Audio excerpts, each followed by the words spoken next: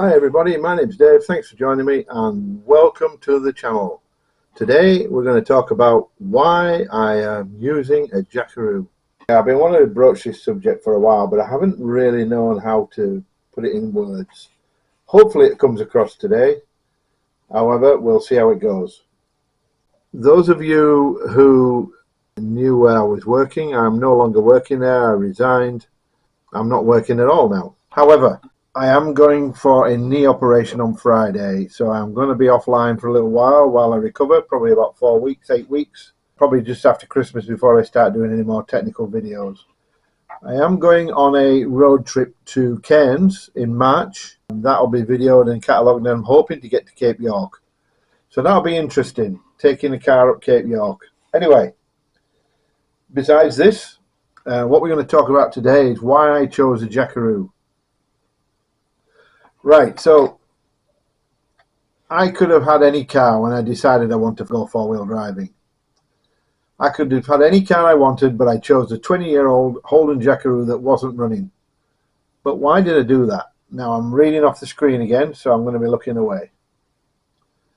I knew that if I bought an older four-wheel drive, one way or another, it was going to cost me money. So cost of a car was a big factor, but it wasn't the only consideration. The car cost me $500 with one owner from new. At the time, my son had borrowed a Toyota Land Cruiser, which he was thinking of buying, but I think was a 76 series ute with canopy. My son asked me what I thought, and I said I need to drive it. I drove it. It drove awful. It was really bad, and in fact saying it was bad was giving it more merit than it deserved. It was a death trap. The wheels pulled severely to one side, and the steering was so vague that a steering box was probably likely needed. The brakes were worse. They only worked on one or two wheels. The brakes pulled the other way, worse than the steering pulled that way. The handbrake was a joke. There were several awful sounding clunks, including one from suspension dampener somewhere underneath. The engine sounded okay, but had well over 400,000 kilometers on it. The clutch was really heavy and the gears shifted okay. Since that day, I have driven 78 series troop carriers at my job in the desert, and while at the time I was impressed how they shook off the awful corrugated roads, they weren't that good, being vague to drive. The V8 diesel was gutless and underpowered, the aircon system had fallen apart, and even after being fixed at the auto shop in Alice Springs, the aircon was like a church mouse exhaling with an ice cube in its mouth. Useless for the desert heat. So, what is the Jackaroo history? Well, I was with Rob when he bought his first Jackaroo. It was a black diesel. I can't remember what year the car was, but came from a farm near Warrigal. He put that one almost on its side in a mud puddle in Talangia, and not realising it had deflated a tyre, he drove it into a bank and twisted the chassis. That was the end of that Jackaroo. He got it home, stripped it for parts, and the chassis and body went to the scrappies. It was a short time later Rob bought his current Jackaroo from the ex-cop in Ringwood. It needed a new windscreen, but apart from that it wasn't too bad. Rob took it to Hamilton Island, ended up bending an axle, not too sure what happened, but he was trucked back and Rob converted it to a wide track, and that's how it is today. So why did I buy a Jackaroo?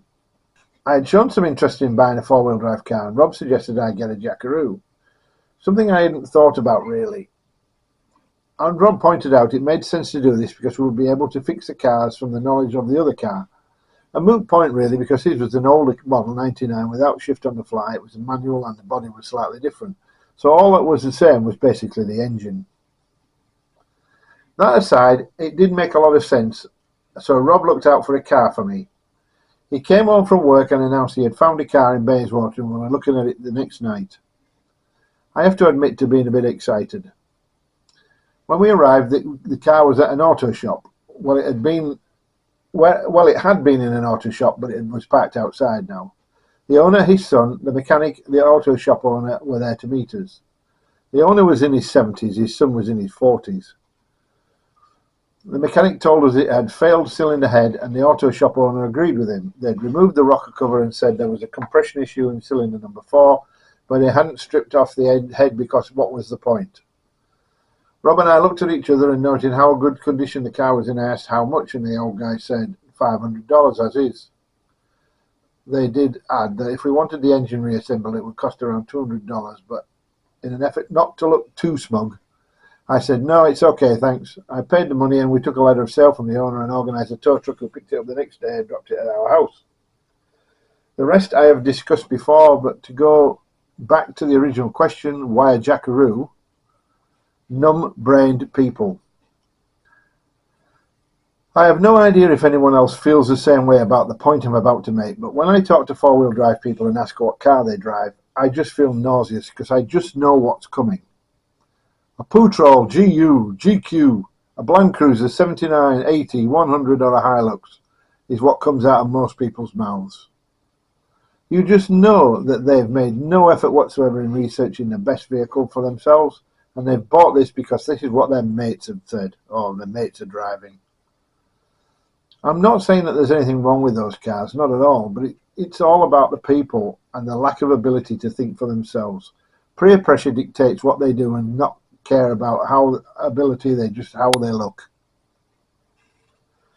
What infuriates me is because they laugh when you say Jackaroo. The Jackaroo will likely outperform all of those cars off-road.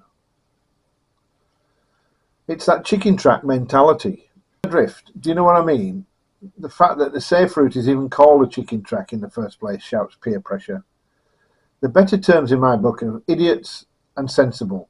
I'm not trying to stay safe here. What I'm saying is, which driver would you rather be? All the way to Cape York, then roll your car doing gunshot and sit at the side of gunshot watching the idiots showing off in front of their mates? I know which I'd do. One involves driving your car for the rest of the teletrack, and the other means your holiday is cut short, you ruined your car, and you've got a massive bill to get out of there, and everyone else now hates you for ruining their holiday as well. So again, we go back to the original question. So why did I buy a Jackaroo? The answer to that question is easy. It was cheap, it outperforms most of the cars off-road, it is not an emotionless car, and as long as you can take the ridicule, it is the best car out there by a long way. Again, thanks for watching me. Don't forget to like and subscribe.